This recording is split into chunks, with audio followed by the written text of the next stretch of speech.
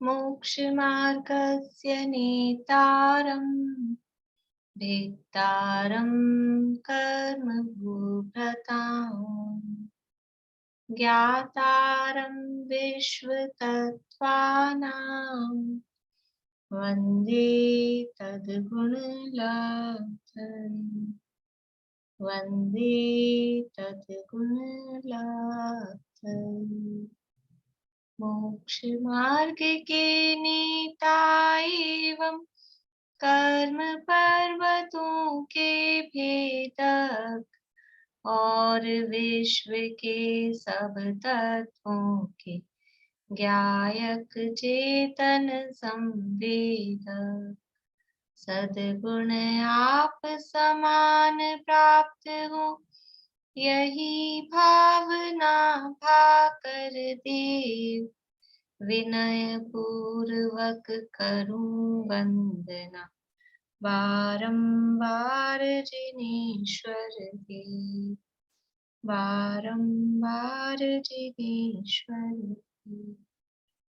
जो क्रोध मद माया पावन लोभ रूप विभाव है उनके अभाव स्वभावमय उत्तम क्षमादि स्वभाव है उत्तम क्षमादि स्वभाव ही इस आत्मा के धर्म है सत्य शाश्वत ज्ञानमय निज धर्म शेष अधर्म है निज आत्मा में रमण संयम रमण ही तप त्याग है निज रमण आकिंचन्य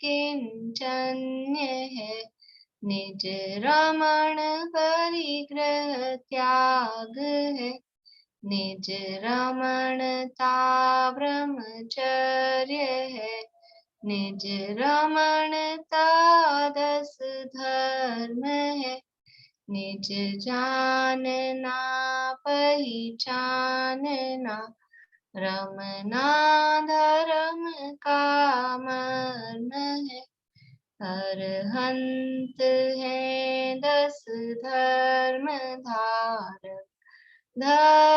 धारक सिद्ध है आचार्य है उपचार्य है मुनिराज सर्व प्रसिद्ध है जो आत्मा को जानते पहचानते करते रमण वे धर्म धारक धर्म धन है उन्हें हम करते नमन उन्हें हम करते नमन।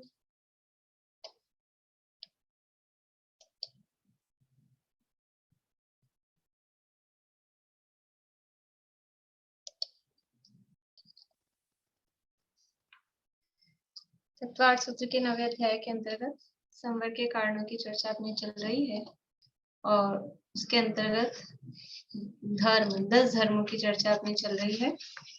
कल अपन ने देखा था उत्तम त्याग धर्म के संदर्भ में त्याग किसने कहते हैं त्याग किसे कहते हैं बोलिए सुमन जी। ग्रहण पूर्वक त्याग करने को त्याग कहते हैं। कुछ ग्रहण पूर्वक किसको त्याग करना किसका ग्रहण और किसका त्याग त्याग धर्म क्या है मतलब संयम को ग्रहण करके आसक्ति का त्याग मैंने बुक में देखा नहीं वापस रिविजन नहीं किया। ठीक है बोलिए आयुष। भाभी निज शुद्ध आत्मा का ग्रहण करना ही त्याग है। शुद्धात्मा का ग्रहण और राग द्वेष आदि राग द्वेष का त्याग त्याग है। या कहें त्याग में, जब त्याग की बात चल रही है तो परिग्रह का राग द्वेष आदि वो परिग्रह ही है। तो निर्शुद्धात्मा के ग्रहण पूर्वक जो भी परिग्रह है, अभ्यंतर परिग्रह, बाह्य परिग्रह, उसका, उससे निवृत्ति, उससे हम छूट रहे हैं, तो वो त्याग कहलाता है। लेकिन त्याग ग्रहण पूर्वक होता है। तो कल हमने देखा था कि जब भी त्याग की चर्चा चलती है तो त्याग के नाम पर हम क्या समझते हैं, दान देना, वही हम त्याग समझते हैं। लेकिन बहुत सारे पॉइंट्स अपन ने देखे थे, लगभग 9-10 पॉइंट हो गए थे, कि त्याग और दान वो सिमिलर नहीं है, एक ही नहीं है, सेम नहीं है। त्याग में और दान में बहुत अंतर है। लेकिन फिर भी त्याग और दान एकार्थ के रूप में भी प्रयोग में आते हैं। शास्त्रों में भी जब भी त्याग की बात होती है तो दान की भी बात कही जाती है। ऐसा क्यों है?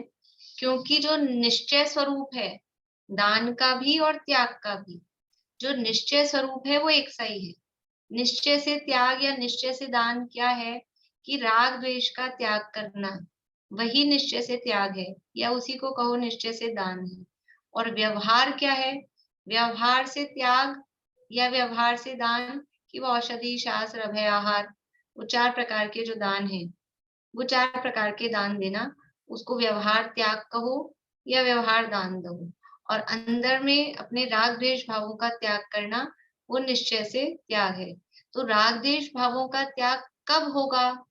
ऐसे कहने से नहीं होता है, हमने छोड़ दिया, ऐसे नहीं होता है। निर्शुद्धात्मा के ग्रहण पूर्वक, जब आत्मा का लक्ष्य होता है, आत्मा का ग्रहण होता है, आत्मा का आश्रय होता है, तो राग द्वेष भाव अपने आप ही छूटते हैं। और आत्मा का ग्रहण नहीं होता, आत्मा का आश्रय नहीं होता, तो वो राग द्वेष छूटते भी नहीं है। वो पर पदार्थ में ये अच्छा है, ये बुरा है, ये कल्पना छूटती नहीं। जब तक आत्मा का वस्तु स्वरूप का तत्व ज्ञान का लक्ष्य नहीं होता है, तब तक ये राग द्वेष की कल्पनाएं छूटती नहीं है। इसलिए नित्य शुद्ध आत्मा के ग्रहण पूर्वक जो ये राग द्वेष का त्याग है, वही वास्तव में निश्चय से उत्तम त्याग धर्म है। 4 दानों के संबंध में मेरे ख्याल से ज्यादा चर्चा करने की जरूरत नहीं है। आहार दान, औषधि दान, अभय दान और शास्त्र दान या ज्ञान दान, ये 4 दान होते हैं जिनको व्यवहार से त्याग कहा जाता है। आहार दान कौन देता है, किसको देता है? आहार दान कौन देता है? आशा जी। श्रावक देता है, मुनिराज को देते हैं। बढ़िया, श्रावक देता है मुनिराज को। तो देखो, अगर आहार दान ही उत्तम त्याग धर्म हो, तो फिर वो श्रावक को हो जाना चाहिए अच्छा, तो मुनिराज को कम होना चाहिए। मुनिराज तो दे नहीं रहे, वो तो ले रहे हैं। लेकिन इसीलिए ये व्यवहार है, तो वो श्रावक आहार दान देता है। औषधि दान कौन देता है? मुनिराज देते हैं कि श्रावक देते हैं? औषधि दान भी श्रावक देते हैं, मुनिराज तो लेने वालों में है। तो ये 2 जो दान है, ये तो श्रावक दे रहा है, मुनिराज ले रहे हैं। अभय दान कौन देता है? अभय दान का स्वरूप पता है आप लोगों को? अभय दान किसे कहते हैं? आयुषी जी, नहीं मालूम? वर्षा जी, अभय दान किसे कहते हैं? अभय दान तो मुनिराज देते हैं। कहते किसे हैं अभय दान? मतलब अभय दान का जीवों मतलब, की रक्षा, जिंदा हाँ, यानी जीवों को जीवन दान जिसे अपन कहते हैं, जीवन दान, वो अभय दान कहलाता है। यानी जीवों की रक्षा करना, रक्षा करने का उपदेश देना, ये सब है अभय दान। तो ये अभय दान कौन दे रहे हैं? कि ये मुनिराज दे रहे हैं, जो भी उपदेश दे रहे हैं, तीर्थंकर, परमात्मा, अनंत भगवान जो उपदेश दे रहे हैं, वो क्या कर रहे हैं? वो अभय दान ही तो दे रहे हैं। देखिए, हम अभय दान देते हैं कि नहीं देते किसी को? आज तक हमने किसी को अभय दान दिया है? दिया है? आयुषी जी बोले, किसको दिया है? भाभी दिया ही है ना, अपन भी देख के चलते हैं और हर बहुत चीज बढ़िया, देख के करते हैं, उठाते हैं तो देख के मतलब कुछ भी करते हैं तो अपन देख के और सब जान के ही करते हैं। बहुत अच्छा, नहीं, बहुत किसी बढ़िया, आपने बीमार पकड़ की लिया। रक्षा करना, किसी बीमार का भी सेवा करना, रक्षा करना, वो भी अभय दान में आएगा ना। वो अभय दान नहीं, वो तो सेवा वगैरह। देखो, अभय दान जो इन्होंने बताया ना आयुषी जी, ये बहुत मतलब यही, जैसे हम देखकर चल रहे हैं, तो ये क्या कर रहे हैं हम? ये हम अभय दान, वो जीव मर नहीं जाए, अगर हमारे अंदर ये जो भाव आ रहा है कि जीव मर नहीं जाए, हम जो भी काम कर रहे हैं वो सावधानी पूर्वक कर रहे हैं, तो ये अभयदान है। लेकिन मुख्य रूप से अभयदान कौन दे रहे हैं? कि जिन्होंने ये उपदेश दिया है। आलू में जीव होते हैं, जमीकंद में जीव होते हैं, वो उनको खाने से उनकी हिंसा होती है, तो ये उपदेश दिया भगवान ने दिया, मुनिराज ने दिया, तो वो अभयदान कैसे हुआ? कि अब हम इन जीवों की रक्षा करें। कहाँ कहाँ जीव हैं, ये जिनवाणी में बताया गया है। जिनवाणी में बताया गया है जीव कहाँ कहाँ पाए जाते हैं। तो इसको बताने से क्या होगा कि जहाँ यहाँ जीव पाए जाते हैं तो तुम सावधानी से काम करो, ये मतलब है। और अगर हम वो सावधानी से काम करते हैं तो हम भी अभयदान, हमने रात्रि भोजन त्याग किया, मतलब वो हमारे निमित्त से, हम जो रात में भोजन करते तो हमारे निमित्त से जो जीव हिंसा होती, वो अब जीव हिंसा हमारे निमित्त से नहीं होगी, तो हमने उन जीवों को अभयदान दिया। हमने जमीकंद का त्याग किया, तो अब हमारे निमित्त से वो आलू, गाजर, मूली, अदरक, उनमें जो जीव थे, उनकी हिंसा होती थी, वो अब हमारे निमित्त से नहीं होगी। ये अभयदान है। हम भी इस तरह से अभयदान देते हैं। और वास्तविक अभयदान क्या है? वास्तविक अभयदान क्या है? ये तो पर जीवों की रक्षा का उपदेश है, दूसरे जीवों को बचा रहे हैं हम। वास्तविक अभयदान क्या है? कि अपने को बचाना। अपने को बचाना, काहे से बचाना? कि हम, ये अपना घात हो रहा है कि नहीं, हम दूसरे जीवों को तो बचा रहे हैं, देख के चल रहे हैं, ये नहीं खा रहे हैं, वो नहीं खा रहे हैं, लेकिन हम खुद कहीं नरक निगोद की तरफ जा रहे हों, हम अपनी पहचान ही नहीं कर रहे हैं। तो वास्तव में अपने को भी अभयदान देना। और ये उपदेश भी तीर्थंकर परमात्माओं ने, अनंत भगवान ने, मुनिराजों ने दिया कि हम स्वयं भी जीव हैं, अपनी भी रक्षा करनी है। तो मैं जीव हूं, ये मुझे बता दिया, ये कितना बड़ा अभयदान। और दूसरी बात, जो अस्तित्व गुण बताया, अस्तित्व गुण बताया तो क्या हुआ? ये हमको अभयदान मिला कि नहीं मिला? कि मेरा जन्म नहीं होता, मैं किसी से उत्पन्न नहीं होता, मैं मरूंगा नहीं। इससे बड़ा अभयदान और क्या होगा? कि तुम कभी नहीं मर सकते हो, कभी मरोगे ही नहीं। अब निर्भय हो जाओ। जिसको ये ऐसा वरदान मिल जाए, वो अमृत का प्याला पी लिया, आप कभी मरोगे नहीं, ऐसी कहानियां आती ना अन्य इनकी उसमें, कि वो एक अमृत का प्याला पी लिया, अब ये कभी नहीं मरेगा। तो ऐसा ये अमृत का प्याला, कौन सा है अमृत का प्याला? ये अस्तित्व गुण। ये अस्तित्व गुण वो अमृत का प्याला है। ये हर द्रव्य के पास में है, मेरे पास में है, आपके पास में है, कि कभी मरेंगे ही नहीं। तो ये जो उपदेश हमको भगवान ने दिया, ये जो हमारे गुण हमको बता दिए, मरता तो तब भी नहीं था। नहीं पता है किसी को अपने अस्तित्व गुण के बारे में, तो भी मरता तो वो भी नहीं है, मरेगा तो वो भी नहीं, खत्म तो वो भी नहीं होगा। लेकिन ये हमको पता लग गया, तो अब जो निर्भयता आई है, तो निर्भयता आई है, तो वो जो अपने को आनंद हुआ है, सुख शांति मिली है, संतोष हुआ है, वो है अभयदान। तो अभयदान कौन देते हैं? मुख्य रूप से तो भगवान देते हैं, अनंत भगवान देते हैं, मुनिराज देते हैं, और हम भी आपस में अपनी भूमिका के अनुसार एक दूसरे को अभयदान देते हैं। और वो जो आप कह रहे थे सेवा शुश्रूषा वाली बात, तो सेवा शुश्रूषा करके तो केवल हम उनको समझ लीजिए सेवा कर रहे हैं, लेकिन यदि कोई साधर्मी है या अन्य भी कोई है और वो घबरा रहा है, मान लीजिए किसी के कैंसर हो गया, अब वो नाम सुनते कोरोना हो गया, तो उस, अब तो चलो डर निकल गया, उसका भी इतना नहीं है, लेकिन जब उस समय चला था तो वो नाम सुनते ही हो गया, तो ऐसे लगता था कि अब तो गए अपन।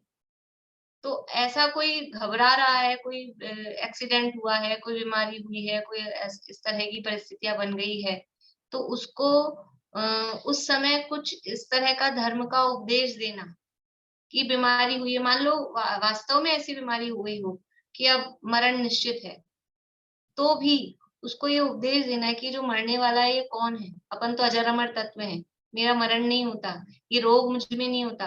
देखो एक वाक्य हमारे अभी वहां स्मारक के मंदिर में लगा हुआ है, बड़े पंडित जी साहब का है, रोग दूर हो जाना ये कोई आश्चर्य वाली बात नहीं है। कोई रोग हमको हुआ, कैंसर हो गया था, बहुत बड़ी बीमारी हो गई थी और वो ठीक हो गई, ये कोई आश्चर्य वाली बात नहीं है। कोई ऐसा कहे कि 3rd स्टेज पे कैंसर है और बिल्कुल डॉक्टर ने जवाब दे दिया ऐसा वैसा, सारी रिपोर्ट्स मतलब खराब आई हैं सब, और 2 दिन बाद पता लगा फिर से टेस्ट कराए तो सब नॉर्मल आ गया, सब सही हो गया, रोग ठीक हो गया। तो रोग दूर हो जाना ये कोई आश्चर्य वाली बात नहीं है, कोई चमत्कार नहीं है, ये तो परिणमन है वस्तु का, पुद्गलों का, इसमें कोई आश्चर्य नहीं है।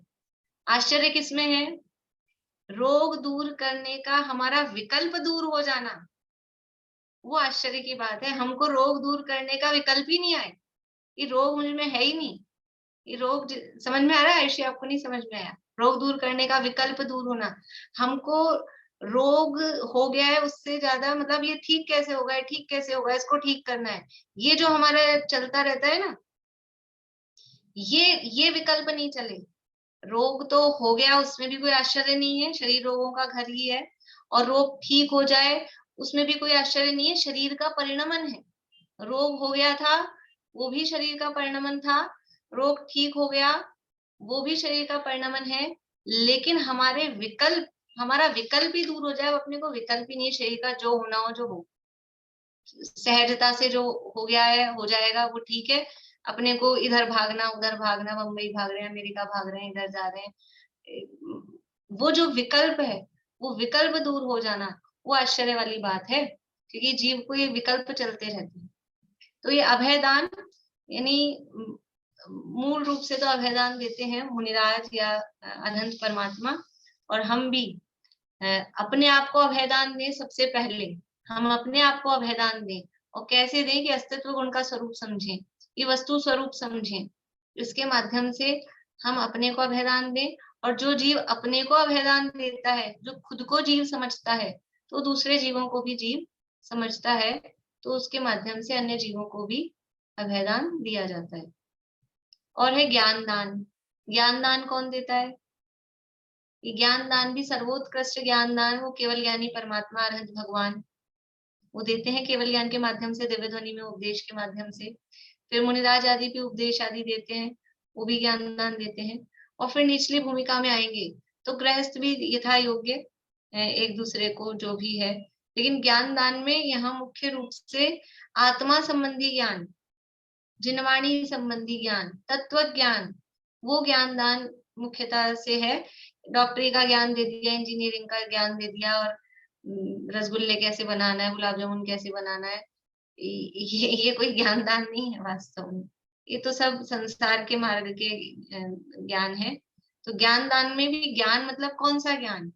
कि आत्मज्ञान, वस्तु स्वरूप का ज्ञान, तत्व ज्ञान, जिससे हम संसार से पार हो सके, ऐसे ज्ञान का दान देना वो ज्ञान दान कहलाता है। बोलिए सुधा जी। दान को क्या बोलेंगे फिर अपन? फिर से बोलिए। वस्ती का दान जो है ना, उसमें वस्ती का दान वो अभयदान के अंतर्गत इंक्लूड कर लेते हैं उसको। वस्ती का मतलब रहने की जगह, तो वो रहने की जगह दी है तो वो सुरक्षा प्राप्त की उसने, तो अभयदान के अंतर्गत उसको इंक्लूड कर लेते हैं। 4 दानों में 4 अपने प्रसिद्ध हुए हैं, आहार दान में, औषधि दान में, अभय दान में और ज्ञान दान में। तो 4 दान में 4 प्रसिद्ध हुए हैं। आप पता है आप लोगों को? सुधा जी आपको मालूम है? बोलिए, एक बोलिए आहार दान का। आहार दान श्रीशैन प्रसिद्ध है। कौन हुए? श्रीशैन प्रसिद्ध हुए हैं। श्रीशैन? हाँ, नहीं, बोलिए अनिता आंटी। राजा श्रेयांस राजा श्रेयांस, जिन्होंने प्रथम आहार दिया ना इस युग में। अभी अक्षय तृतीया गई अपनी 3 तारीख को। राजा श्रेयांस, जिन्होंने आदिनाथ मुनिराज को, इस युग में प्रथम मुनि हुए आदिनाथ मुनिराज, और उनको सबसे पहले आहार दिया राजा श्रेयांस, श्रीशैन नहीं, राजा श्रेयांस, वो उसमें प्रसिद्ध हुए। औषधि दान में कौन प्रसिद्ध हुए?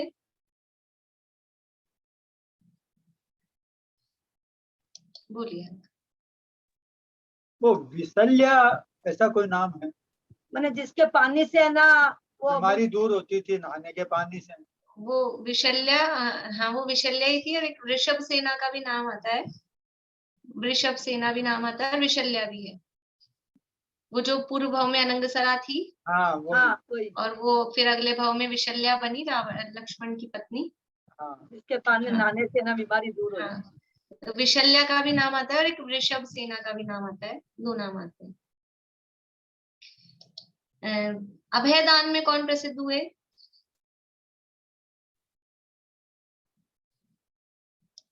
बोलिए रजनी जी।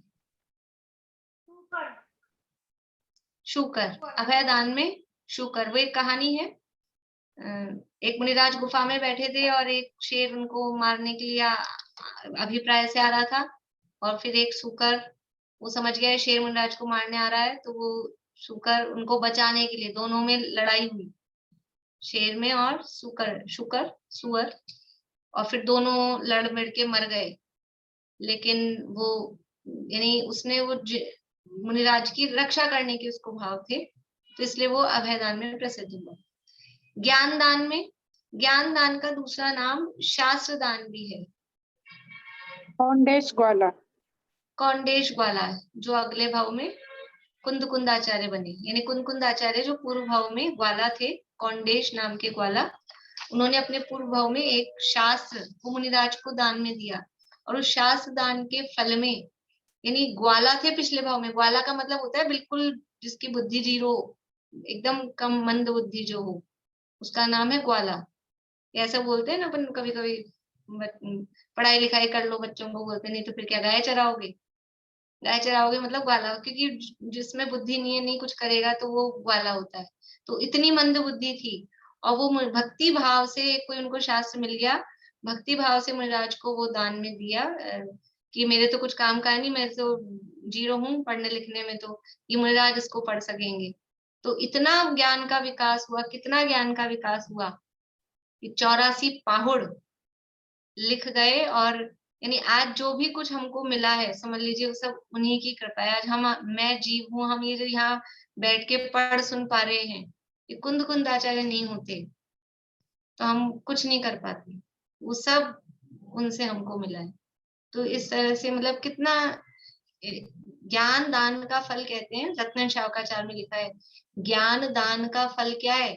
ज्ञान दान का फल, ये इतना सा ज्ञान उनका कुंदकुंदाचार्य का इतना बढ़ गया, इतना ज्ञान का विकास हो गया, ये तो कुछ नहीं है। ज्ञान दान का फल है केवल ज्ञान होना। हम दूसरों को ज्ञान दान दिया तो अपने, यानी अपने हमने केवल ज्ञान का रास्ता खोल लिया। हमको केवल ज्ञान मतलब भगवान बनेंगे, क्योंकि हम खुद जो बात समझ रहे हैं वो दूसरे को हमने समझाया, मुक्ति का मार्ग दिखाया है, तो खुद उस मार्ग पे चल के मुक्ति प्राप्त करेंगे कि नहीं करेंगे। इसलिए ज्ञान दान का फल केवल ज्ञान हुए है, ऐसा लिखा है रत्नगंज शावकाचार्य। तो ये 4 प्रकार के दान यहाँ त्याग के संदर्भ में बताए गए हैं। बोलिए सुधा जी, क्या कह रहे हैं? मैं पूछी थी राजा श्रेयांस ना जो बता रहे हैं आप आहार दान में, तो रत्नगंज शावकाचार्य जब शीर्षण दिया हुआ है, रत्नगंज शावकाचार्य में शीर्षण नाम दिया है, हो सकता है उन्हीं का दूसरा नाम हो, मुझे ध्यान नहीं आ रहा रत्नगंज शावकाचार्य में शीर्षण दिया है क्या, श्लोक में दिया है, देख लेंगे, पर वो राजा श्रेयांस का नाम क्या आता है। भारती आंटी बोलिए। मैं पूछ रही थी अनंगसरा भी तो अभयदान में थी नहीं कि उसका अनंगसरा भी अभयदान में, अनंगसरा को भी, यानी वो एक ही चीज में 2-3 लोग भी हैं। अनंगसरा ने भी अजगर को अभयदान दिया था, तो वो भी अभयदान में प्रसिद्ध है। ये तो रत्नगंज शावकाचार्य में ही श्लोक है, उसी में ये चारों नाम दिए हैं, देख लूंगी, मुझे भी श्लोक याद नहीं आ रहा। तो हो सकता है श्रेयांस का दूसरा नाम, राजा श्रेयांस का दूसरा नाम श्रीशेन भी होता हो, क्योंकि कहानी जो मिलती है वो उन्हीं की मिलती है, राजा श्रेयांस की। इस तरह से ये जो त्याग है, मतलब व्यवहार से जो त्याग है, वो 4 प्रकार के दानों के रूप में होता है। और जो निश्चय त्याग धर्म का धारी है, अंदर में वास्तव में जिसके राग द्वेष का अभाव निवृत्ति हुई है, आत्मा का आश्रय हुआ है, तो बाहर में उसके व्यवहार त्याग यानी दान वाला जो प्रक्रिया है, वो भी उसके जीवन में होती ही है। यथा योग्य यथा शक्ति वो व्यवहार त्याग की भावना भी भाता ही है। तो ये तो सब बात हुई व्यवहार की। अब प्रश्न ये था कि ये जो त्याग है, ये तो व्यवहार की बात हुई, लेकिन निश्चय से वास्तव में ग्रहण कहाँ था और त्याग कहाँ होना है। कल भी अपन ने थोड़ी चर्चा की थी। ग्रहण कहाँ कर रखा था, पर द्रव्य का त्याग करना है, तो पर द्रव्य को तो ग्रहण किया नहीं है, पर द्रव्य को अपना माना है। देखो जीव क्या कर सकता है, अपन ने वस्तुत्व गुण पढ़ा, अभी वस्तुत्व गुण पढ़ा, तो हर वस्तु अपने अपने हिसाब अपना अपना काम करती है। वस्तुत्व गुण का मतलब क्या है कि कोई भी पदार्थ है, कोई भी द्रव्य है, वो अपना अपना काम करेगा, अपना अपना काम करेगा, अपने योग्य काम करेगा। जो भी जो वस्तु है वो वही काम करेगी। नमक क्या करेगा कि वो खारेपन का काम करेगा, और चीनी क्या करेगी, वो मिठास का काम करेगी। ये अपना अपना काम करेगा। तो जीव क्या करेगा, जीव क्या करेगा, जीव का काम क्या है, जीव क्या कर सकता है, बोले दीपिका जी। जानना देखना, जानना देखना, जानना मानना लीन होना, यही काम है। श्रद्धान ज्ञान आचरण, यही तो काम है जीव के। तो परद्रव्य का ग्रहण किया, जीव ने परद्रव्य का ग्रहण किया। इसमें क्या किया जीव ने कि उस परद्रव्य को अपना जाना, अपना माना, और उसको मान के उसमें ये मैं हूं ऐसा मान के लीन हुआ। यही तो करा। परद्रव्य तो कोई उसका होता नहीं है, एक द्रव्य दूसरे द्रव्य का होता नहीं है। गुरु लघुत्व गुण भी पढ़ा अपन ने। जिस शक्ति के कारण द्रव्य में द्रव्यपना कायम रहता है, अर्थात एक द्रव्य दूसरे द्रव्य रूप नहीं होता, एक द्रव्य दूसरे द्रव्य रूप तो होगा नहीं। तो फिर होगा क्या कि बस ये अपना मानता है, अपना जानता है और अपना मानता है, यही काम कर सकता है। क्योंकि जीव है वो वस्तुत्व गुण उसमें है, तो वो अपने योग्य ही काम करेगा, और उसका काम जानना मानना यही काम है, यही करेगा। तो आज तक परद्रव्य को अपना जाना था, अपना माना था। अब क्या करना है, परद्रव्य का त्याग करना है। तो क्या करना है कि जो उसको अपना जानना था वो अपना जानना छोड़ना है, जो उसको अपना माना था तो अपना मानना छोड़ना है। यही तो करना है। जहां गड़बड़ हुई थी वहीं छोड़ना है। यानी ग्रहण भी ज्ञान में हुआ था और त्याग भी ज्ञान में ही होगा। इसलिए समय सार में कहा है ज्ञान ही प्रत्याख्यान है। प्रत्याख्यान का मतलब होता है त्याग। त्याग क्या चीज है कि पर द्रव्य को पर जान लेना, इसी का नाम त्याग है। और त्याग क्या है, इसके अलावा और त्याग कुछ नहीं है।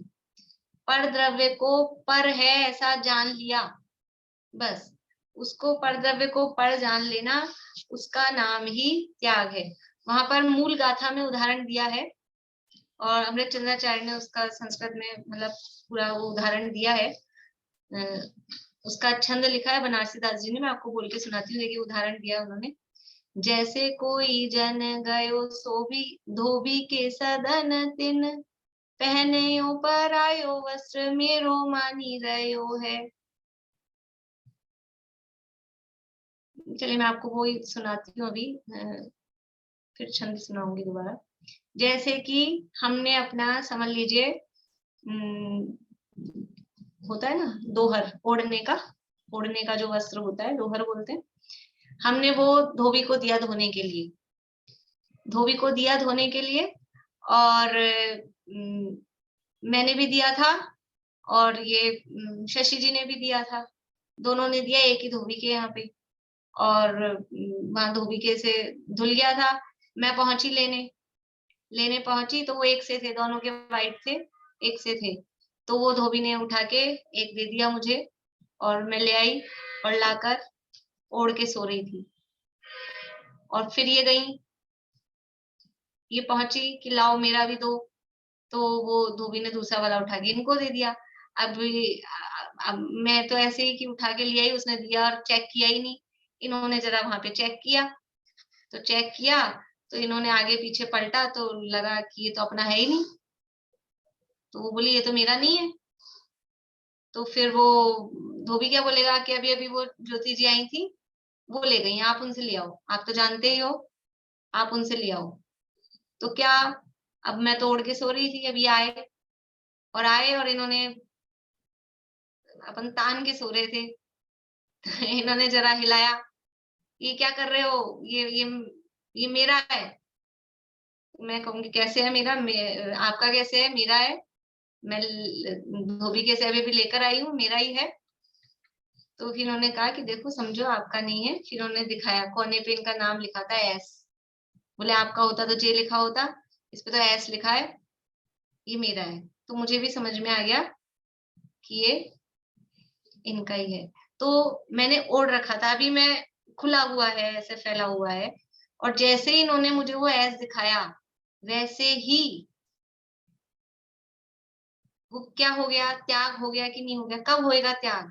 मैं उसको उठा के समेट के, अब मैंने ओढ़ लिया था तो अब दोबारा से धुलवा के वो तो दूंगी, तब दूंगी। त्याग कब होगा? वो 1 घंटे बाद त्याग होगा, 1 दिन बाद त्याग होगा, कि जैसे ही वो ऐस देखा और ऐस देखते ही ये अपना नहीं, क्या हो गया। अपन कभी मंदिर में जाते हैं ना, एक सी चप्पलें होती है, एक सी चप्पलें हैं और दूसरे की चप्पल अपन अपनी समझते के अपन ने पैर में डाली, और पैर में डालते ही समझ में क्या आ जाता है, अपनी नहीं है। तो पैर में डली हुई है तो भी उसी समय डली हुई में ही अपने दिमाग में क्या हो जाता है, त्याग हो जाता है, अपनी नहीं है। तो त्याग कहाँ होता है? यानी ज्ञान, जैसे ही हमने जाना, जैसे ही हमने जाना कि ये पर है, पर को पर जाना, और उसी समय त्याग हो गया। त्याग करने के लिए कोई अलग समय दूसरा नहीं लगता है। ज्ञान जैसे ही हुआ, ज्ञान ही प्रत्याख्यान है। जैसे ही हमने जाना, पर द्रव्य को पर जाना, और पर द्रव्य को पर जानते ही उसका त्याग होता है। इसका नाम त्याग है। यानी त्याग, ज्ञान ही त्याग है, जानना ही त्याग है। ज्ञान ही त्याग है मतलब कि वो जाना ना हमने, ज्ञान ही प्रत्याख्यान है। ज्ञान में ही त्याग होता है, और ज्ञान से ही त्याग होता है, और ज्ञान ही त्याग है। समझ में आ रहा है अंतर?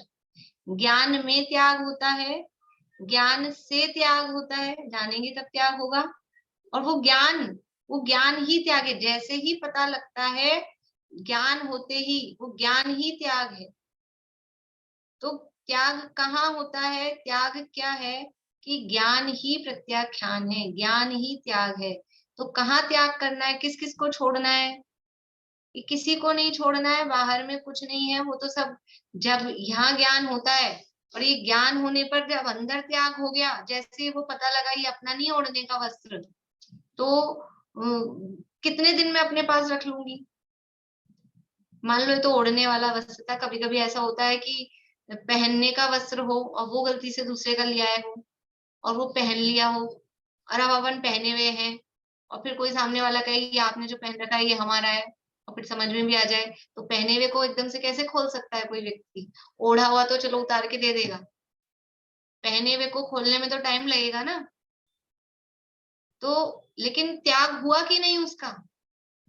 त्याग हुआ कि नहीं? जैसे ही पता लगता है कि ये अपना नहीं है, अपना नहीं है पता लगते ही उसी समय उसका त्याग होता है। तो ये उत्तम त्याग क्या है वास्तव में? ज्ञान ही। यानी किसकी महिमा है? यानी ज्ञान की महिमा है। इसलिए तत्व ज्ञान कहते हैं, वस्तु स्वरूप जाने। जब हम वस्तु स्वरूप जानेंगे तो अपने आप ही त्याग होगा। देखो, अपन बच्चों को एक तो बच्चों को, बड़ों को उपदेश देते रहो, रात्रि भोजन नहीं करना चाहिए, जो आलू प्याज जमीकन नहीं खाना चाहिए, बाजार की वस्तुएं नहीं खानी चाहिए, और दुनिया भर के उपदेश देते रहो। तो वो जबरदस्ती कोई मतलब ऐसा खींचतान के कोई छोड़े नहीं खाए, वो एक अलग है। लेकिन उनको सही बात बता दी जाए, जैसे अभी साइंटिफिक उसमें बताएं कि देखो इसमें ऐसे ये इस तरह से बनता है, बच्चों को या बड़ों को वहां की वीडियो बना के दिखा दी जाए कि देखो कैसे बनती बाजार की चीजें, देखो कैसे काम कर रहे हैं, किस तरह, कई तरह की इस तरह की वीडियोस आती हैं कि वो बाजार की पतासी वतासी वो कौन सा पानी डाल लेता है गटर का कि नाली का। तो अब वो पता लग गया। आप कोई उपदेश मत दो कि खाओ कि मत खाओ, और उनको ज्ञान करा दिया कि देखो ये ऐसा है, फिर क्या होगा? किसको कहना पड़ेगा कि इसको छोड़ दो, फिर वो खाता खाता भी छूट जाएगी हाथ में से कि ऐसी स्थिति है। ऐसा होता है यहाँ पर। तो ज्ञान ही प्रत्याख्यान है, इसलिए यथार्थ ज्ञान कराना, इसलिए ज्ञान पर जोर दिया जाता है ज्ञान करने पर जोर दिया जाता है। इसलिए जिनवाणी में स्वाध्याय की प्रेरणा दी जाती है। सीधे से ये छोड़ दो, ये छोड़ दो, ये छोड़ दो, वो भी उपदेश होते हैं, वो अलग अलग अनुयोगों की पद्धति है, लेकिन ज्यादा बल किस पे दिया जाता है कि स्वाध्याय करो। जो स्वाध्याय करता है वो खुद समझ लेता है कि क्या है, स्थिति क्या है, वो खुद समझता है। जो खुद समझता है तो अपने आप ही वो त्याग, जो बाहर में जैसे हम कहते हैं छूटना, वो अपने आप ही होता है, सहज ही होता है। अभी जैसे अपने प्रतिमाओं का चैप्टर चल रहा है, हम उपदेश देते रहे, मुनिराज उपदेश देते रहे, भगवान उपदेश देते रहे कि ये हिंसा छोड़ो, झूठ छोड़ो, चोरी कुशील परिग्रह छोड़ो, कि ये घर गृहस्थी में ये काम छोड़ो, आरंभ के काम छोड़ो, परिग्रह छोड़ो, खूब उपदेश देते रहे। तो क्या होता है कि ऐसे थोड़ी ना कोई छूटता है, नहीं छूटता है। लेकिन जैसे जैसे वो ज्ञान होता है तो अपने आप ही अंदर से विरक्तता बढ़ती है। अपने आप ही ज्ञान का और वैराग्य की, ये दो क्या है, पक्के दोस्त हैं, दोनों की मैत्री है। एक ज्ञान के साथ में वैराग्य, त्याग है ना। त्याग क्या चीज है? त्याग को अपन दूसरे शब्दों में कहें तो त्याग मतलब वैराग्य। भी ये छोड़ा, ये छोड़ा, तो ऐसे बोलेंगे ना, इनको बहुत वैराग्य आ रहा है, ये भी छोड़ दिया, ये भी छोड़ दिया, ऐसा। तो ये ज्ञान की और त्याग की कहो या वैराग्य की कहो, ये दोनों की पक्की मित्रता है। जहां ज्ञान होता है वहां वैराग्य होता है। जब ज्ञान होता है तब वैराग्य होता है। जिसको ज्ञान होता है उसको वैराग्य होता है, और जितना ज्ञान होता है उतना वैराग्य होता है। चारों तरफ से होता है, ज्ञान की और वैराग्य की। जैसे अपने होते हैं ना साथ साथ की, ये है तो वो दूसरे भी कोई कोई बहुत पक्के होते हैं। मंदिर में भी पक्की सहेलियां होती हैं, कहीं जा रहे हैं तो ये आई हैं तो ये भी आई होंगी, और ये आई हैं तो ये भी आई होंगी, ऐसा होता है। तो ऐसे ज्ञान और वैराग्य ये पक्के दोस्त हैं। अकेला ज्ञान अगर है और वैराग्य नहीं है, इसका मतलब वो शुष्क ज्ञान है, वो बेकार है, वो ज्ञान ही नहीं है। और अकेला वैराग्य है, ज्ञान नहीं है, तो उसके लिए शब्द दिया है वो रुंधी हुई कषाय है, मतलब वो कषायों को आपने दबा रखा है जबरदस्ती का, वो सच्चा वैराग्य नहीं है। बिना ज्ञान का वैराग्य वो सच्चा वैराग्य नहीं है, यानी बिना ज्ञान का त्याग कहो वैराग्य की जगह, तो वो सच्चा त्याग नहीं है। और बिना त्याग के यदि आपको ज्ञान बहुत है, आप कहो ज्ञान सब है, लेकिन जीवन में त्याग कुछ नहीं है, तो वो फिर ज्ञान नहीं है। पता लगते ही ज्ञान, ज्ञान नाम ही उसका है कि वो जीवन में कुछ ना कुछ। इसका मतलब फिर आपने जितनी बातें हमको बता दी आपने तो परिग्रह त्याग भी कह दिया, तो हमारा ये सब वो नहीं, लेकिन भूमिका के अनुसार कुछ ना कुछ अंशों में वो होता ही है। बाहर में हो वो अलग बात है, वो जरूरी नहीं है, लेकिन ज्ञान में तो आता है कि नहीं समझ में, ज्ञान में त्याग होता है कि नहीं। जो अभी कहा ना कि वो कुछ समय तक वस्त्र पहना हुआ है कि ओढ़ा हुआ है, तो ज्ञान में त्याग हो गया। अभी हमको जैसे ही पता लगता है ये काम करने योग्य नहीं है, हमने भक्षा भक्ष्य का पाठ पढ़ा, वाई से भक्ष्य के बारे में पढ़ा, तो ज्ञान में हो गया।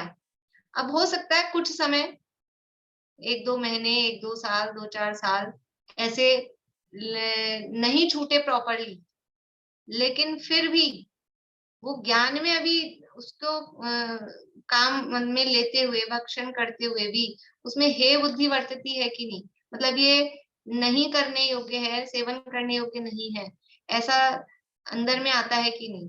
अगर ऐसा अंदर में आता है तो निश्चित रूप से वो उसका त्याग होने वाला है, वो छूट जाएगा।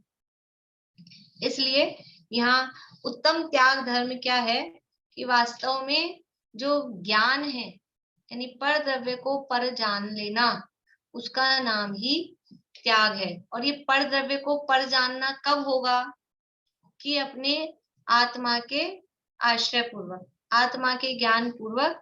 तो वो जो परिभाषा अपनी शुरू में थी वहीं से चल के वहीं आए हैं कि निर्शुद्धात्मा के ग्रहण पूर्वक बाह्य और अभ्यंतर परिग्रह की निवृत्ति। अपने आत्मा का ग्रहण हुआ तो निर्शुद्धात्मा का ग्रहण हुआ, तो जो बाहर में परिग्रह है उस परिग्रह से अपने आप ही निवृत्ति, निवृत्ति शब्द दिया है। निवृत्ति शब्द का मतलब है छोड़ना नहीं पड़ता। निवृत्ति का मतलब है छूटता है। जब आत्मा का ग्रहण होता है तो वो बाहर में परिग्रह अपने आप छूटता है। जैसे बच्चे ने चक्कू पकड़ लिया, 8 महीने का, 10 महीने का, साल भर का बच्चा था, उसने चक्कू पकड़ लिया। अब क्या करना पड़ेगा, उसे खींचतान करेंगे ना तो उसके हाथ सब खून में हो जाएंगे, लग जाएगी, उसके चक्कू से कट जाएगा। फिर क्या करना है, उसको दूसरी चीज, अच्छा खिलौना पकड़ा दिया, तो अब उसने ये दूसरा खिलौना पकड़ा, ये चक्कू छोड़ना पड़ता है, छुड़ाना पड़ता है, अपने आप छूट जाता है, अपने आप छूटता है। तो ऐसे ही शुद्धात्मा को पकड़ा, अभी तक हमने अपनी मान्यता में परद्रव्य को पकड़ रखा था, ये मेरा, ये मेरा, ये मेरा, और अब ये मैं कौन हूं कि मैं तो आत्मा हूं और मैं ही मेरा हूं, ऐसा अपने को जाना, अपने को पकड़ा, तो ये परद्रव्य मेरा था, ये पकड़ना, ये अपने आप छूट जाता है। क्योंकि जैसे अपने हाथ तो दो ही है ना, दो ही हाथ, दोनों हाथों में कुछ पकड़ रखा है, अब और कुछ पकड़ना है तो इनको खाली करना पड़ेगा। ऐसे ही अपने श्रद्धा गुण तो एक ही है आत्मा में, तो वो श्रद्धा में अभी तक परद्रव्य को ये मैं हूं, ये मैं हूं ऐसा मान रखा था। तो अब आत्मा, मैं जीव हूं, मैं शुद्धात्मा हूं, ऐसा मानने के लिए उस श्रद्धा को कुछ खाली तो होना पड़ेगा ना। तो वो श्रद्धा में से परद्रव्य अपने आप छूटेगा, ये आत्मा का ग्रहण हुआ तो परद्रव्य का अपना मानना अपने आप छूटता है। तो ये निर्शुद्धात्मा के ग्रहण पूर्वक बाह्य और अभ्यंतर परिग्रह से निवृत्ति, उसका नाम उत्तम त्याग धर्म है। इस तरह से ये उत्तम त्याग धर्म की चर्चा अपनी हुई है। अब है इसके बाद में, ये जब त्याग हो जाता है तो त्याग होने के बाद में क्या होता है, अभी त्याग किया है, अंदर ज्ञान हुआ है, ज्ञान पूर्वक त्याग हुआ है, और बाहर में वो परिग्रह छूटता है, और वो परिग्रह जैसे जैसे छूटता है तो फिर वो बिल्कुल अंदर में क्या मानने लगता है, अंदर में ये मानने लगता है वो जीव कि अब कुछ भी मेरा नहीं है, बाहर में कुछ भी मेरा नहीं है। तो ऐसा जो मानता है उसका नाम है आकिंचन्य, उत्तम आकिंचन्य धर्म। वो तो क्रम ऐसा दिया है, वो तो प्रकट तो एक साथ ही होते हैं, लेकिन अपन क्रम दिया है तो क्रम पूर्वक बात करते हैं। आकिंचन्य, आ यानी मतलब अ, और आ नहीं है, अकिंचन्य, अकिंचन, आकिंचन भी बोलते हैं, और अभी अपन अकिंचन से अर्थ कर रहे हैं। अ यानी नहीं, और किंचन यानी किंचित मात्र भी, किंचित मात्र भी अ यानी नहीं है। क्या किंचित मात्र भी नहीं है, कि बाहर में परद्रव्य किंचित मात्र भी मेरा नहीं है, ऐसा जो मानना, अंदर में उसके ऐसा श्रद्धान जागृत हो जाता है कि परद्रव्य किंचित मात्र भी मेरा नहीं है, तो वो कहलाता है उत्तम आकिंचन्य धर्म। यानी अपनी आत्मा को छोड़कर, अपनी आत्मा को छोड़कर किंचित मात्र भी पर पदार्थ और ये मोहराग द्वेष आदि विकारी भाव ये मेरे नहीं है।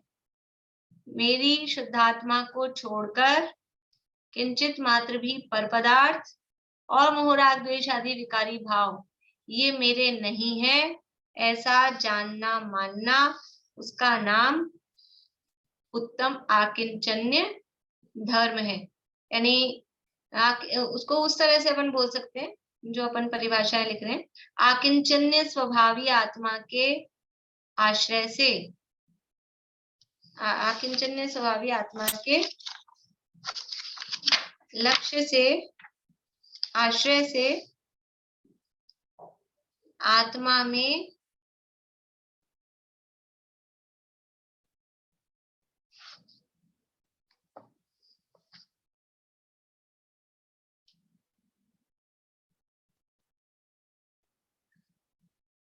आत्मा में जो पर पदार्थों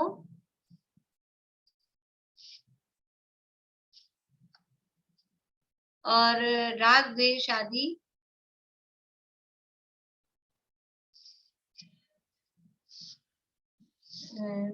आदि विभाव भावों से विरक्ति उत्पन्न होती है,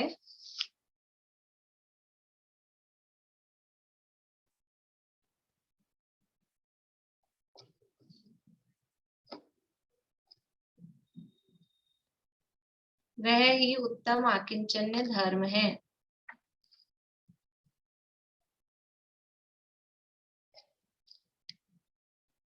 क्या लिखा सुनीता आंटी, बोलिए। आकिंचन स्वभावी आत्मा के लक्ष्य से आत्मा में जो पर पदार्थों और राग द्वेष आदि विभाव भावों से विरक्ति उत्पन्न होती है, वही उत्तम आकिंचन धर्म है। यानी आकिंचन्य क्या है कि किंचित मात्र भी मेरा नहीं है, यानी इसमें भी जितना जो परिग्रह है उस परिग्रह से विरक्तता वो उत्तम आकिंचन्य धर्म में कही जाती है। देखो त्याग में भी परिग्रह से विरक्ति थी। अब आकिंचन्य में भी क्या है, आकिंचन्य में भी परिग्रह से विरक्ति है, लेकिन समझ लीजिए थोड़ा एक स्टेप आगे का स्टेप है कि त्याग में जो था वो अभी कुछ त्याग हुआ था, और अब आकिंचन्य में क्या भाव आ रहा है कि बस मेरा तो बस मैं आत्मा शुद्धात्मा ही मेरा है और कुछ भी अब मेरा है ही नहीं। तो जब ये भाव आता है कि कुछ भी मेरा नहीं है, तो वो आत्मा में ही लीनता की भावना वो गहराई से बढ़ती जाती है। वो आत्मा में लीनता की जो भावना होती जाती है उसी का नाम उत्तम आकिंचन्य धर्म वो कहलाता है। आकिंचन्य में वो पर को अपना नहीं मानना, पर किंचित मात्र भी मेरा नहीं है। कोई भी पर पदार्थ किंचित मात्र भी, जरा सा भी कि ये पति पत्नी माता पिता घर द्वार या रुपया पैसा कपड़ा लत्ता ये तो कुछ है ही नहीं, ये शरीर भी मेरा नहीं है। तो कोई भी पर पदार्थ और शरीर ही नहीं, ये जो मेरे आत्मा में मेरे ही मोह राग द्वेष क्रोध मान माया लोभ के विभाव भाव उत्पन्न होते रहते हैं, ये भी मेरे नहीं है। तो फिर मेरा क्या है कि मेरा तो जो मैं ज्ञान स्वभावी हूँ, तो ज्ञान दर्शन सुख वीर्य अस्तित्व वस्तुत्व आदि जो अनंत गुण है, ये अनंत गुण स्वरूप ही मैं हूँ, ऐसा अपने को मानना, ऐसा अपने को अपने से अभेद और पर से भिन्न ऐसा मानना, उसका नाम उत्तम आकिंचन्य धर्म है। उत्तम आकिंचन्य धर्म में निश्चय से तो यही है कि पर से विरक्ति और अपने आत्म स्वभाव में लीनता रूप वो आकिंचन्य है। पर दूसरे शब्दों में इसको कहें तो परिग्रह का अभाव, उसका नाम आकिंचन्य है। परिग्रह का अभाव, या दूसरे शब्दों में कहें अपरिग्रह, अपरिग्रह भी इस आकिंचन्य को कह सकते हैं। परिग्रह के अभाव से या परिग्रह के त्याग से आकिंचन्य धर्म प्रकट होता है। तो परिग्रह किसे कहते हैं? परिग्रह की परिभाषा अपन पढ़ के आए हैं पीछे 7वें अध्याय में। परिग्रह किसे कहते हैं पद्मा जी? मूर्छा परिग्रह, मूर्छा परिग्रह। मूर्छा मतलब इच्छा, मूर्छा मतलब ममत्व परिणाम, ये मेरा है ऐसा। तो यहाँ परिग्रह का त्याग किया, उसमें क्या किया था कि किंचित मात्र भी मेरा नहीं है, यही तो किया, मूर्छा का त्याग। आकिंचन्य धर्म का मतलब क्या हुआ? मूर्छा का त्याग, यानी अपरिग्रह, क्योंकि किंचित मात्र भी मेरा नहीं है। और ममत्व का जो परिणाम है, पर पदार्थों को अपना मानने का जो भाव है, वो मूर्छा है, वो ही परिग्रह है। और उस परिग्रह का त्याग जहां हो रहा है उसका नाम है उत्तम आकिंचन्य धर्म। तो निश्चय से आकिंचन्य धर्म क्या है कि वो पर पदार्थों के प्रति जो ममत्व का परिणाम है उसका त्याग, वो निश्चय से आकिंचन्य धर्म है। और बाहर में जो 10 प्रकार के परिग्रह हैं उनका त्याग करना, वो व्यवहार से आकिंचन्य धर्म है। तो समस्त जो अंतरंग परिग्रह है और बहिरंग परिग्रह है, सबका त्याग करना, उसका नाम उत्तम आकिंचन्य धर्म है। अंतरंग परिग्रह कितने होते हैं, कौन कौन से? बोले आयुष। अंतरंग 14 होते हैं, 4 कषाय, 1 मिथ्यात्व और 9 कषाय। बहुत बढ़िया। मिथ्यात्व और क्रोध मान माया लोभ 4 कषाय और 9 कषाय। 9 कषाय कौन सी होती हैं सुमन जी? हास्य, रति, अरति, भय, शोक, जुगुप्सा, स्त्रीवेद, पुरुषवेद, नपुंसकवेद। बढ़िया। यानी ये सब है, ये अंतरंग परिग्रह है, ये सब परिग्रह है। तो परिग्रह के त्याग में क्या क्या छोड़ना है? सबसे पहले ये मिथ्यात्व। मिथ्यात्व क्या है? यही तो मिथ्यात्व है, पर द्रव्य को अपना मानना। यही तो मिथ्यात्व है, उल्टी मान्यता। पर द्रव्य अपना है नहीं, उसको अपना मान रखा है, यही तो मिथ्यात्व है। तो मिथ्यात्व छूटता है। और मिथ्यात्व के साथ में फिर भूमिका अनुसार यदि चौथे गुण स्थान वर्ती है तो अनंतानुबंधी, संबंधी, क्रोधमान, माया, लोभ और नौ कषाय। पंचम गुण स्थान वर्ती है तो अनंतानुबंधी और अप्रत्यक्षान संबंधी, क्रोधमान, माया, लोभ और नौ कषाय। और मुनिराज हैं तो 3 कषाय चौकड़ी के अभाव पूर्वक, कषाय और नौ कषायों का अभाव पूर्वक आकिंचन्य धर्म वो जीवन में होता है। अब बहिरंग परिग्रह कौन कौन से हैं? बहिरंग परिग्रह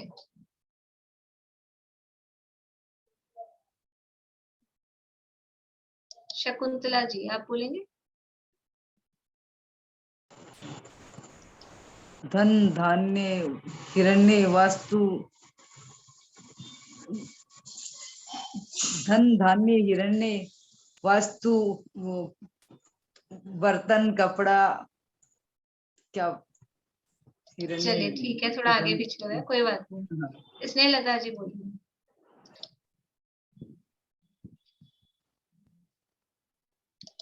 खेत खलियान दास दासी, आवाज आ रही है क्या?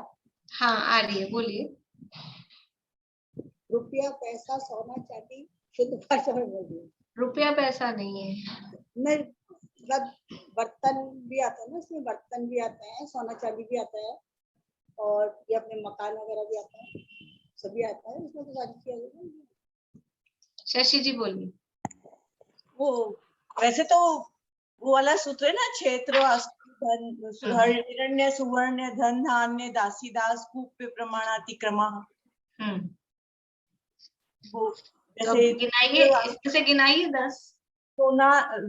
सोना चांदी, दासी दास, धन धान, और वो बर्तन, भांडे, कपड़े।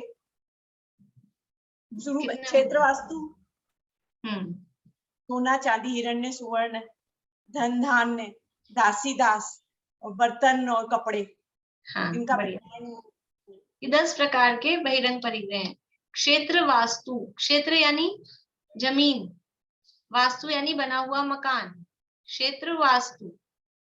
फिर हिरण्य स्वर्ण, या हिरण्य यानी चांदी, स्वर्ण यानी सोना। तो सोना और चांदी, रुपया पैसा नहीं है इसमें कहीं भी। रुपया पैसा तो अभी चलने लगा है, रुपया पैसा परिग्रह में के नामों में नहीं है।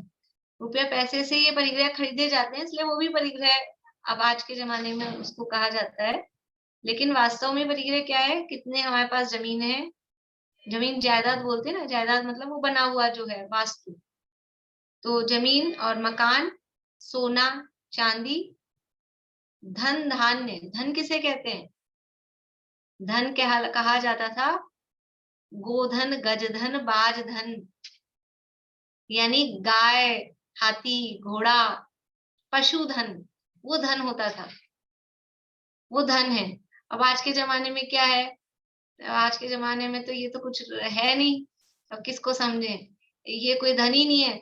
गाड़ी या मोबाइल, और ये तो आज खरीद के अपन लाके घर में रख दो और कल बेचने जाओ तो आधी कीमत भी नहीं मिलती है। ये क्या धन है? अभी आज इस धन में समझ लो, रुपए पैसे को ले लो। धान्य, धान्य तो समझते हैं अनाज, ये परिग्रह। हमको लगता है कि हमारे घर में कोठे भरे हैं, ये हमारे पास परिग्रह है, इतने सारे सामान भरे हैं किचन में। हमको फीलिंग में आता है क्या? हमको परिग्रह के नाम पे बस रुपया दिखता है या ज्यादा से ज्यादा कपड़े दिखते हैं? हमको फीलिंग में आता है परिग्रह है। धन धान्य, दासी दास, कितने नौकर चाकर हैं, ये परिग्रह है।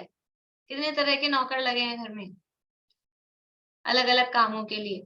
अकेला खाली वो जो कपड़े बर्तन करके जाती है, झाड़ू पोछा करके जाती है, वो नहीं, छोटे छोटे और भी कामों के लिए भी तो लगे होते हैं, जो हम बाहर दूसरों से कराते हैं, वो भी तो सब हैं दासी दास।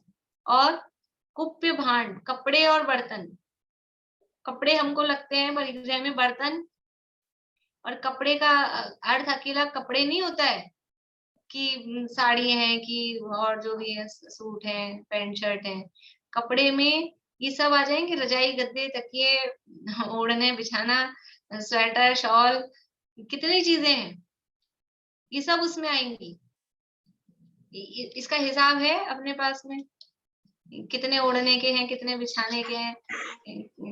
हिसाब मतलब हमने कोई लिमिट है हमारे पास में, जितने होते हैं उतने रख सकते हैं, कपड़े होते हैं। इसके अलावा और भी चीजें इसमें नाम नहीं गिनाए, लेकिन कितने हमारे पास चोटी के रबड़ होते हैं, कितने हमारे पास में पेन होते हैं, ये भी तो होते हैं। जेंट्स टाइप के होते हैं, चश्मे होते हैं अलग अलग 2 3 4 चश्मे रखते हैं, चप्पल रखते हैं, घड़ियां रखते हैं, ये सब क्या है? ये भी तो परिग्रह है। अब वो सोना चांदी एक कह दिया तो ये अपन अलग अलग नाम नहीं गिना रहे आभूषणों के, लेकिन ये सब चीजें ये सब परिग्रह है। जितना जो भी है, रुमाल कितने हैं, अभी मास्क कितने हैं, मास्क की इतनी वैरायटी हो गई है, ये एक और नया बढ़ गया है, समझ लीजिए। ये सब परिग्रह का त्याग। मैं तो वो ऑनलाइन का परिग्रह बोल रही थी कि ऑनलाइन का परिग्रह हो गया, उसमें कितना स्टाफ, कितने वेयर हाउस, पूरी दुनिया में अमेजोन तो जाने कहाँ कहाँ फैला है, वो सब अपने ही दोष है, मंगाते हैं भेज देते हैं। सही बात है। तो इस तरह से ये उत्तम आकिंचन्य के अंतर्गत निश्चय से तो क्या है, निश्चय से तो कोई परद्रव्य मेरा नहीं है ऐसा मानना, वो उत्तम आकिंचन्य धर्म है। और बाहर में जितने भी ये परिग्रह हैं, इन परिग्रहों का त्याग करना वो उत्तम आकिंचन्य धर्म है। अभी अपना समय हो गया है, और थोड़ी बहुत इसकी चर्चा जो कुछ है वो कल करके, और फिर उत्तम ब्रह्मचर्य की चर्चा अपन कल करेंगे। अभी किसी को कुछ प्रश्न हो तो पूछ लीजिए।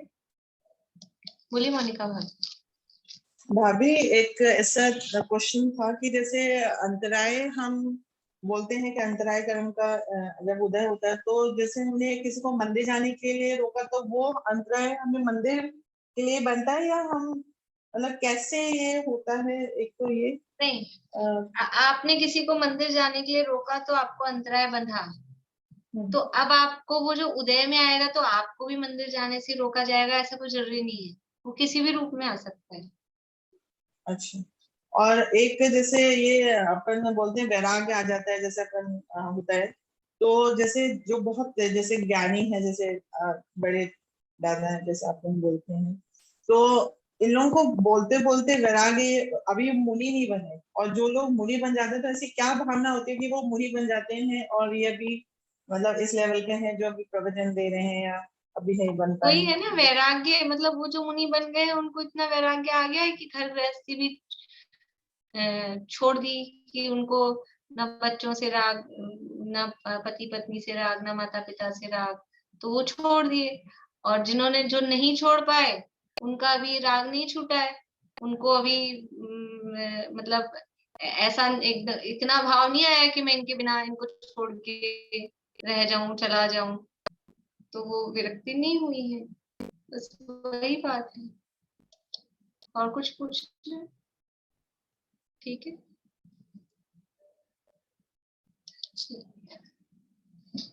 जिनवाणी स्थिति करते हैं।